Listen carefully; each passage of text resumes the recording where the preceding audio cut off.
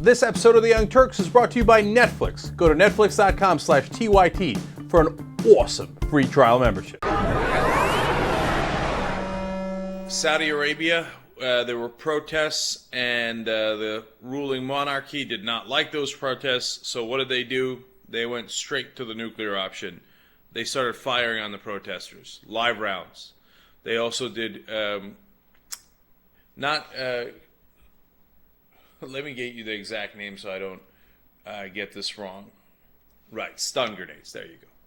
There's another name for it too.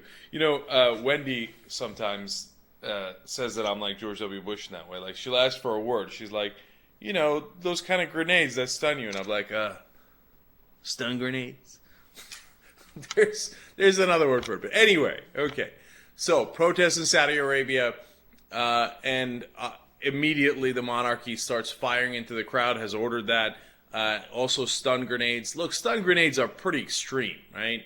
But live bullets are far more extreme.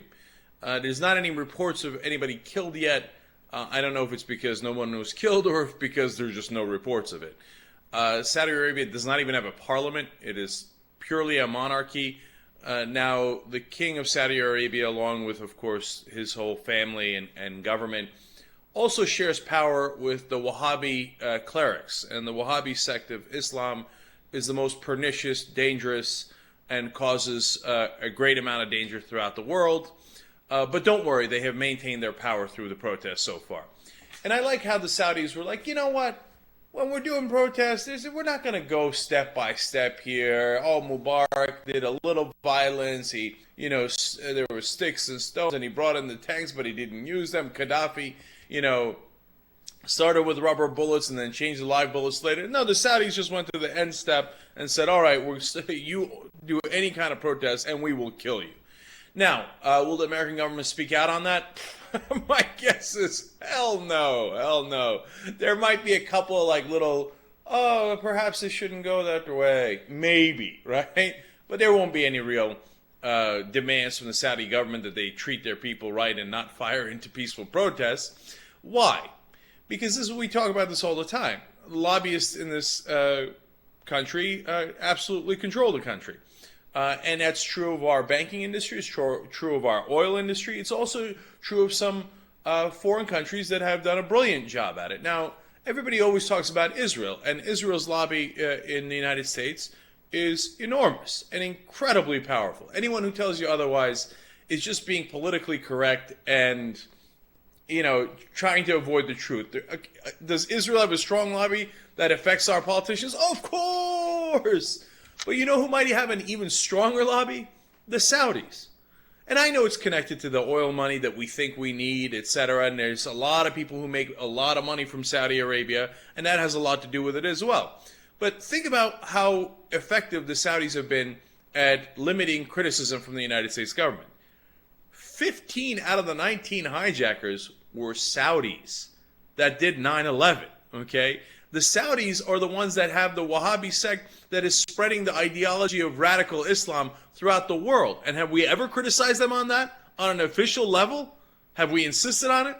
Do you know that Saudi, different, rich families and religious leaders, etc., in Saudi Arabia were the main people funding the insurgency in Iraq against us? The Sunni insurgency. Did you know that? Of course you didn't know that, because there was one or two articles on it. If you've been watching the show for a long time, you might have known it. But otherwise, it gets buried. Did the U.S. government ever complain about the Saudis funding the insurgency against our troops in Iraq? No, because the Saudi lobby is enormously powerful. Look, think about how powerful they are. Because if you reverse it, and it had turned out that 15 out of the 19 hijackers on 9/11 were Israelis, now, what do you think would have been the outcry? Would have been maybe not among U.S. politicians, but in the U.S. and certainly throughout the world. There would have been enormous conspiracy theories. Well, it's a conspiracy out in the open. And there were already conspiracy theories about Jews when they didn't do anything on 9/11, right? And it would have fueled worldwide anti-Semitism, right? Now, I tell you that because, think about it. 15 out of the 19 were Saudis. It seemed like they were funded by people inside of Saudi Arabia, And what did were they like, oh my God, what happened? It was the Saudis. It was the Saudis. No, it was the exact opposite. Our government went to protect the Saudis. And what was the first thing George W. Bush ordered? That the rich Saudis in this country be protected and flown out. Now, Michael Moore covered that famously in Fahrenheit 9/11, but if you were watching the show, you knew that before the movie because you read it in the articles. That's exactly what they did. I mean, these guys are so powerful in how they limit criticism of themselves, and they have the most dictatorial and repressive regime in the world. So, unfortunately, our system of government is set up here in the United States that money matters more than anything else. So if you can buy the politicians and, you got the oil companies in your back pocket and they're lobbying for you, and you got all the rich people that are making money off of Saudi Arabia here in the U.S. lobbying for you, well, then you're not going to get any criticism for anything. You could open fire on a peaceful crowd and shoot live bullets and throw stun grenades, and our government will say nary a peep on it. So, welcome to the real world. That's how it works. Now, there were some possible protests planned for later in Saudi Arabia as well. We'll see what happens with those because the Saudi government is apparently saying if you go out there, there's an excellent chance we'll kill you. Get a load of Netflix. They deliver the movie to your house, no late charges, free shipping. You can watch thousands of movies or TV shows straight on your PC or on your television through a gaming console. Netflix.com/TYT. Free trial membership. You get Netflix all over you.